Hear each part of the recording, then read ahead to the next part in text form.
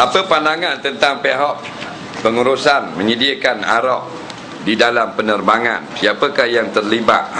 Ni sari menyakit belaka ni. Biasa aku tak mari dah lepas ni.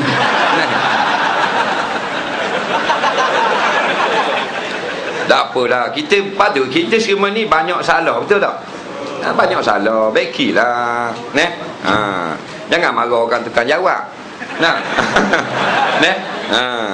Sebab tu mana-mana pun negeri, kalau dia buat benda, dia akan buat pomeng. Kalau kereta, dia keluarkan kereta, dia buat tak bengkel baiki? Mesti dia buat.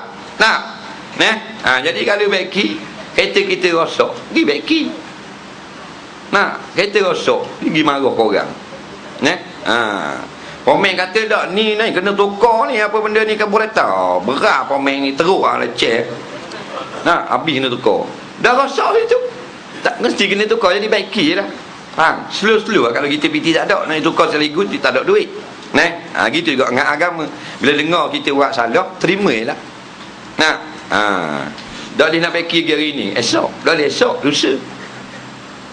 Pasal kita parah dah. Bila parah dah, nak baiki selalu payah. Slow and steady. Jadi orang yang terlibat macam kita kata, hak tukang tuang kena. Marah tak marah, bukan saya buat hukum, Nabi buat hukum.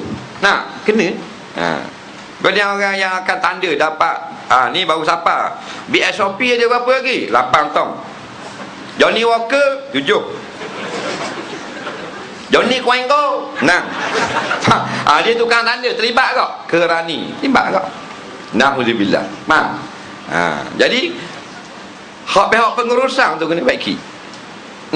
Kena baiki. Benda ni jangan terlibat benda lagu ni. Biar awak kapis diri, munak minum diri, muawak diri.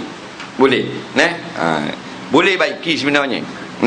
Tak ada benda yang tak boleh baiki. Orang kita boleh baiki lagi. Patah peha masuk skru, patah keting masuk skru lebar. Faham? Banyak benda orang boleh buat. Dah pengurusan gini mudah atas kertas okey, mula bulan 8 2012 kita gini pula. Boleh buat tak? Boleh, ada masalah. Jadi jangan terlibat dengan bahagian yang secara langsung sudah. Itu sudah tentu.